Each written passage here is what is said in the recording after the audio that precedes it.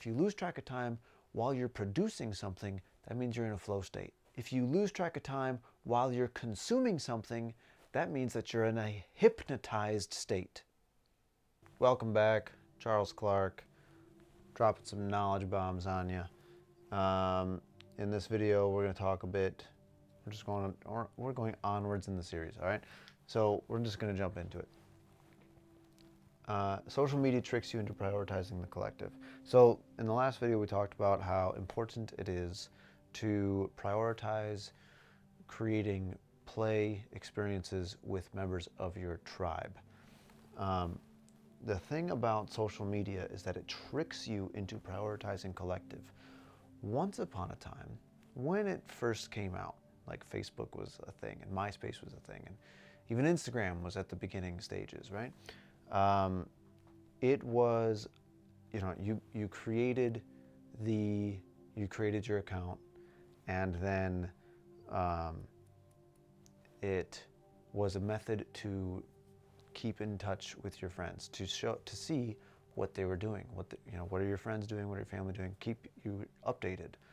And when you shared something or when you posted something, you were sharing with your community what you were doing, right? Then what happened was people started to care so much more about how many followers they had. And why? Because that is the indicator, that's the measurement form. That's the only measurement form that they offered you. It's like how many people are you following? How many followers do you have? That's it. And so therefore people started to use that as their form of measurement as to how good you are at playing the game of social media. And people started to prioritize more the collective. And they started to prioritize it so much that the algorithm started to adjust itself to support this. And how does it work now? You spend your time on social media, more than half the time, you are seeing images and videos from people who you don't know personally. They're not in your tribe. You don't know who these people are. You just see their content. And you create the same type of emotional connection that you create with somebody who's on a TV show. The same way that somebody's on a movie screen. But they're on your phone. So we feel weirdly like, because it's my phone, I use my phone to call my friends, and I see videos, I take videos of my friends, I see videos of my friends, and you form this false sense of connection with these people who you don't know. You don't know them, they don't know you. There is no common knowing there. And then what happens is you feel more isolated, you feel more connected, you feel like you have more of a friendship with the people on your phone than you do with the people in your life. Which is backwards. It's literally it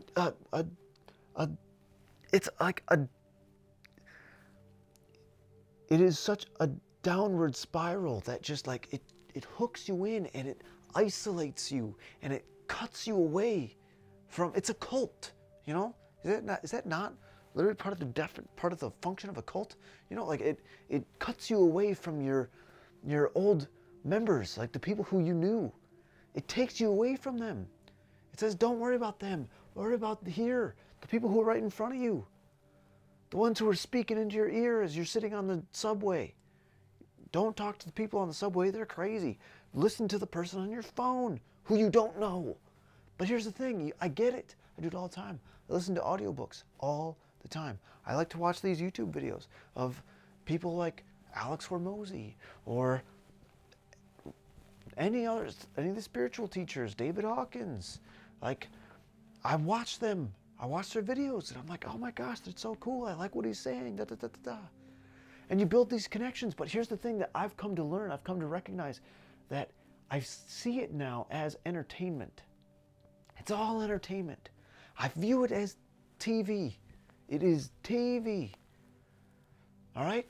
It does not, you're watching the TV, if you're tuning into the Alex Hormozy channel, I'm watching Alex Hormozy on TV. Right? It's entertainment. It's As much as that, as he's delivering good educational content, absolutely. But it's that content, especially if you're in the consuming of education content, that's your style of entertainment that you like to enjoy. It's my style of entertainment that I like to enjoy. I consume courses like it's nobody's business. It's only recently that I'm finally starting to wise up to that. Like, if I just keep consuming courses, if I just keep watching the educational content and I don't do anything about it, then it doesn't actually do anything. But here's the thing. As long as you engage on the platforms are not trying to encourage you to become producers. They don't want you to post content and then walk away. They want you to post content and then engage with people's content, right? Which keeps you on the platform longer. And newsflash, if you don't know, there are thousands of some of the brightest minds in the world who are paid millions of dollars, whose entire job it is to make those platforms as addictive as possible. To make it so that you don't want to get off of it. You just want to keep clicking to the next one. You just want to keep watching. All right? My encouragement, because here's the thing, I'm not saying don't interact with them. I'm not saying don't go on the platforms. They are still useful harbingers of information. I was just looking up a YouTube video today to try to figure out so we lost the key to our car rack on our car. So I was like, how do you get that key off? Or how do you get the car rack off if you lost the key? And there's a guy being like, you need to look for this number on your model to figure out what the key is that you need to order, da da da. I'm like, oh, that's great. It was a quick 5-minute video, super helpful. I use it all the time. I get the information that I need and I get off. I try not to spend any more time on the platform than I need to because I will get sucked into it. It's a vacuum, it's a wormhole, and you lose track of time. And you lose track of time in a consumer-based activity. And a consumer-based activity where you lose track of time does not have the same type of positive repercussions that having a producing-based activity where you lose track of time does. If you lose track of time while you're producing something, that means you're in a flow state.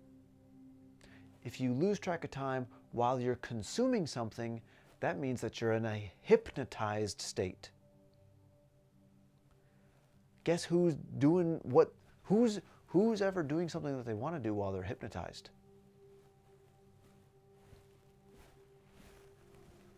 Who?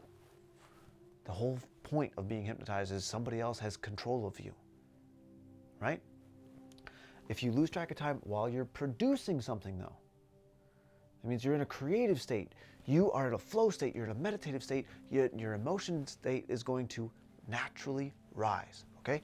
So social media tricks you into prioritizing the collective.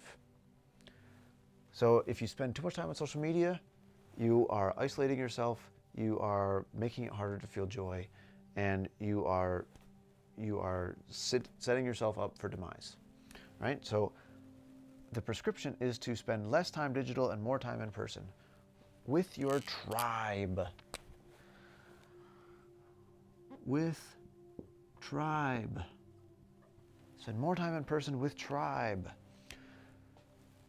Less time digital, more time in person. Again, I'm not saying don't have digital. Digital is here. Like, we live in the internet age. Hello?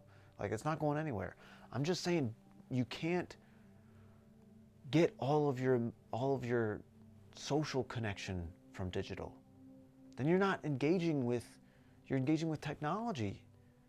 You're not engaging with people. It's a biomechanics thing. It's an electrical connection thing. You need other human beings that you can have emotional connections with, that you can build relationships with in order to play properly, in order to accomplish the joyful energetic state that naturally rises. That only happens with the people who are at your sides, who you're playing with actively, who you can look and see them in their eyes, face to face, and you can touch them. That only happens in person.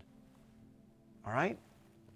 So less time digital, more time in person with tribe.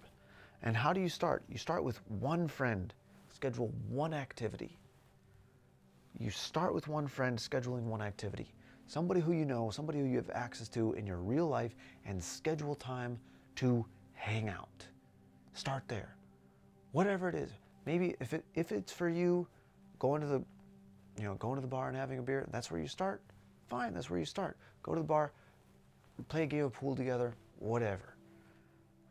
I would encourage you, though, to eventually start to disassociate it from the consumption of alcohol. Why? Because it's a consuming thing. If you're losing track of time while you're consuming alcohol, unless you're trying to become an aficionado of a sort, in which case you're probably you're trying to grow your perspective on something. You're trying to develop your mind. You're trying to develop a new sense of depth on how you can appreciate the thing. The thing is that it needs to be associated with a feeling of play, of joy. You accomplish joy through play, right? So it needs to be, so just going to the bar and getting drunk with your friends is not, it doesn't set your body up for a feeling of joy. All right, so you need to accomplish it substance-free through childhood joy. That's the magic, right? So you got to schedule that stuff, whether that's painting something with your friends, or whether that's creating a project, doing a podcast. That's a good one. That's a really common one that's happening right now. That's a good one. Performing in a show. So when I was in my show, we've got thousands of people watching us, but you know who we're really playing with? Our castmates. We're performing with our castmates. We're making jokes on that. We're trying to make our castmates break character all the time. That's what makes it fun. That's who we're playing, and the audience is watching us play. Do the thing. We have our set choreography. The thing is, it gets, as if you start to care too much about making the person break, then it gets sloppy, right? So it's like, that's how you have that fine line of like, how do you deliver a really good performance while also having fun with the people that you're performing with. But in your life, you start with one friend. If you're like, I pretty much only engage with my coworkers who you only feel so about, and your partner who you love, but you don't have any other friends in your life, you got to schedule time with your friend to go do something fun. It could be your partner, somebody who you love, but you guys got to go do something fun together. That's the important thing. In person, phone free, digital free, out in the world. You got to do that. Okay, I'm going to stop talking. I'm going to do one more video that kind of brings it all together.